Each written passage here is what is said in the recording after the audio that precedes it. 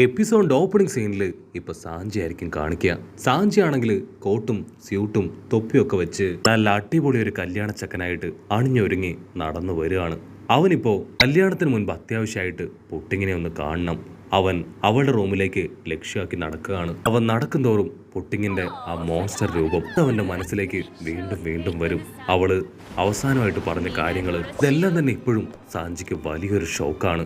അവൾ എന്നെയും എൻ്റെ പാരൻസിനെയും കൊല്ലുമെന്ന് പറഞ്ഞതും എന്നെ വളരെ മോശമായി ചിത്രീകരിച്ചതും എനിക്ക് ഒരിക്കലും മറക്കാൻ കഴിയില്ല എന്ന് പറഞ്ഞ് സാഞ്ചി ഡോർ ഓപ്പൺ ചെയ്യും. അപ്പൊ സാഞ്ചി കാണും ക്യൂട്ട് ലുക്കിൽ അടിപൊളി ഡ്രസ്സും അടിപൊളി മേക്കപ്പ് ഒക്കെ ഇട്ട് അങ്ങനെ കൊഞ്ചി കുറുവി നിൽക്കുന്ന പുട്ടിങ്ങനെ.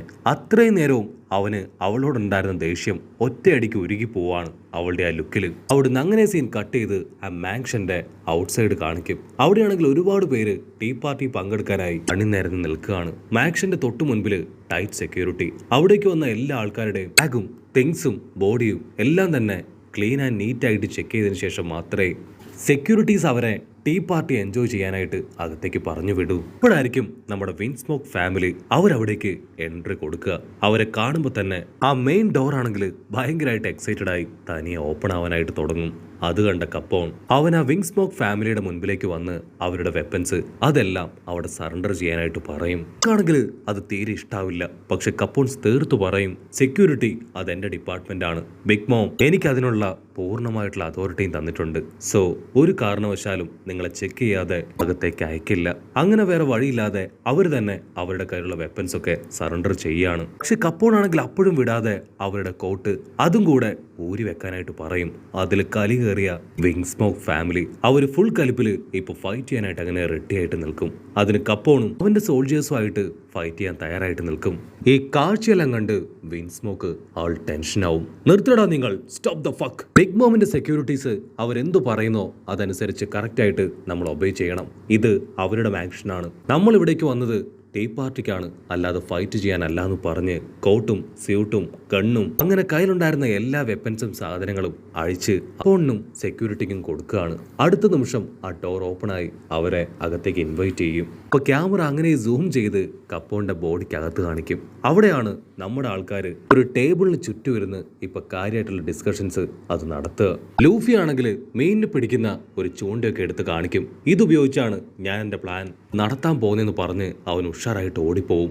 അതേസമയം ഇവിടെ ബിഗ് മോമും അവളുടെ അസിസ്റ്റൻസും അവരാണെങ്കിൽ ആട്ടവും പാട്ടവും ഡ്രിങ്ക്സ് ഒക്കെ ആയിട്ട് അട്ടിച്ചു പൊളിക്കുകയാണ്. മാത്രമല്ല അവിടേക്ക് വരുന്ന എല്ലാ ഗസ്റ്റുകളെയും ഡാൻസും പാട്ടൊക്കെ ആയിട്ടായിരിക്കും അവിടേക്ക് ഇൻവൈറ്റ് പോലും ചെയ്യുക. പാർട്ടിക്കായിട്ട് വമ്പൻ സിഗരറ്റ് ഒക്കെ വലിച്ച് ഇപ്പോൾ ഒരു കിങ്കരൻ അവിടേക്ക് കടന്നു വരും. അതിനുശേഷം ഒരു ചുന്ദരി പെണ്ണ്, പിന്നീട് ഓരോരുത്തരായിട്ട് അവിടേക്ക് വന്നുകൊണ്ടേയിരിക്കും. ഇത്രയും വലിയ വലിയ പോപ്പുലർ ആയിട്ടുള്ള ആൾക്കാരെ കാണേണ്ട താമസം ജനങ്ങളെല്ലാവരും അവരെ നോക്കി കൈ ഉയർത്തും. വരുന്ന VIP ആണെങ്കിൽ ഡ്രിങ്ക്സ് കഴിച്ചും പരസ്പരം എന്തൊക്കെയോ കാര്യങ്ങൾ സംസാരിച്ചും പരസ്പരം വഴക്കുണ്ടാക്കിയും ചീത്ത വിളിച്ചുമൊക്കെ അങ്ങനെ ഹായ് ആയിട്ട് നടന്നു വരും. ബിഗ് മോമിന്റെ എൽഡർ സണ്ണാണെങ്കിൽ അവർക്ക് കടന്നു പോകാനുള്ള എസ്കലേറ്റർ ഒക്കെ ക്രിയേറ്റ് ചെയ്ത് അവരെ എല്ലാവരെയും ആ പാലസ് ഒക്കെ ചുറ്റി കാണിച്ചു കൊണ്ടുപോകും. ആ ഒരു ഐലാൻഡും പാലസും ഒക്കെ കാണുമ്പോൾ വരുന്നവർക്കെല്ലാം ഭയങ്കര അത്ഭുതം. അവരാദ്യമായിട്ടാണ് ഇത്രയും ഡിഫറെന്റ് ആയിട്ടുള്ള ഒരു പാലസും പരിസരവും ഒക്കെ കാണുന്നത് പോലും. മറ്റൊരു ഭാഗത്ത് കുട്ടികളാണെങ്കിൽ ക്യാൻഡീസിനും ചോക്ലേറ്റിനും വേണ്ടി മുറവിളി കൂട്ടുകയാണ്. കട്ട് ചെയ്ത ഇപ്പൊ കപ്പോംസ് അവനാണെങ്കിൽ ടെററായിട്ട് ലുക്കൊക്കെ വിട്ട് മാൻഷനിലേക്ക് കടന്നു വരും. അവിടുന്ന് അങ്ങനെ സീൻ കട്ട് ചെയ്ത് ടീ പാർട്ടി നടക്കുന്ന ആ 3rd ഫ്ലോർ കാണിക്കും. അവിടെയാണെങ്കിൽ ആട്ടവും പാട്ടവും ഉണ്ടാട്ടവും ഒക്കെ ആയിട്ട് എല്ലാവരും അട്ടിച്ചു പൊളിക്കുകയാണ്. മാത്രമല്ല ഇഷ്ടം പോലെ കളർഫുൾ കേക്കുകളും ചോക്ലേറ്റ്സും ഐറ്റംസും നിരത്തി വെച്ചിരിക്കുകയാണ്. വരുന്നവർക്ക് ആവശ്യത്തിനനുസരിച്ച് സെർവ് ചെയ്ത് കഴിക്കാം, അല്ലെങ്കിൽ സെർവ് ചെയ്ത് കൊടുക്കാൻ ഇഷ്ടം പോലെ ആൾക്കാരെയും അവിടെ സെറ്റ് ചെയ്ത് വെച്ചിരിക്കുകയാണ്. ഓരോ ഗസ്റ്റുകളായിട്ട് ആ കാഴ്ചകളൊക്കെ കണ്ടും ഫുഡൊക്കെ കഴിച്ചും അവിടെയുള്ള ആ നല്ല സ്മെല്ല് അതൊക്കെ ആസ്വദിച്ചും കടന്നു വരികയാണ്. ജ്യൂസിന് വേണ്ടി ഒരു പ്രത്യേക സെക്ഷൻ ഒരു പെൺകുട്ടിയെയും സ്റ്റാഫിനെയൊക്കെ തൂക്കിയിട്ടിരിക്കുകയാണ്. ആക്ച്വലി ഇവരെ പിഴിഞ്ഞാണ് ഫ്രഷ് ജ്യൂസ് അവർ തയ്യാറാക്കുക. സോ അവിടേക്ക് വരുന്ന ചിലരാണെങ്കിൽ ആ പെൺകുട്ടിയെ ചൂണ്ടിക്കാണിച്ച് അവളുടെ ജ്യൂസ് മേടിക്കും. വേറെ ചിലര് ആ ജിറാഫിന്റെ ജ്യൂസ്. ആ പെൺകുട്ടിയെയും ജിറാഫിനെയും പിഴിയുന്ന സമയത്ത് അവർ രണ്ടുപേരും വലിയ ഒച്ചത്തിൽ കരയാനും തുടങ്ങും. സീൻ കട്ട് ചെയ്ത് ആ ഗേറ്റിന്റെ ഭാഗം കാണിക്കും. അവിടെയാണെങ്കിൽ ജിഗറ എന്ന് പേരുള്ള ഒരുത്തൻ അവനാണെങ്കിൽ ആ സെക്യൂരിറ്റീസിനോട് ദേഷ്യപ്പെട്ട് ബഹളം വെച്ച് അവരെ തട്ടി മാറ്റുകയാണ്. എന്നെ കൊണ്ട് പറ്റില്ല, ഞാനൊരിക്കലും ഈ സെക്യൂരിറ്റി പ്രോസസ്സിലൂടെ കംപ്ലീറ്റ് ചെയ്ത് പോവില്ല, എനിക്കത് ഇഷ്ടമല്ല. നിങ്ങൾക്കൊരു കാര്യം അറിയോ, ഞാനും ബിഗ് മോമും തമ്മിൽ നല്ലൊരു കണക്ഷനുണ്ട്.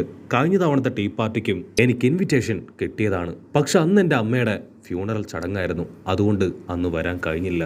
അതുകൊണ്ട് തന്നെ ഒരു ക്ഷമാപണ കത്ത് അതുപോലും ബിഗ് മോമിന് വേണ്ടി റെഡിയാക്കി 2 ഇൻവിറ്റേഷനും എടുത്താണ് ഞാൻ ഇവിടേക്ക് വന്നത്. എന്നെ ചെക്ക് ചെയ്തു എന്ന് ബിഗ് മോം അറിഞ്ഞാൽ നിങ്ങൾക്കായിരിക്കും പണിഷ്മെന്റ് കിട്ടുക.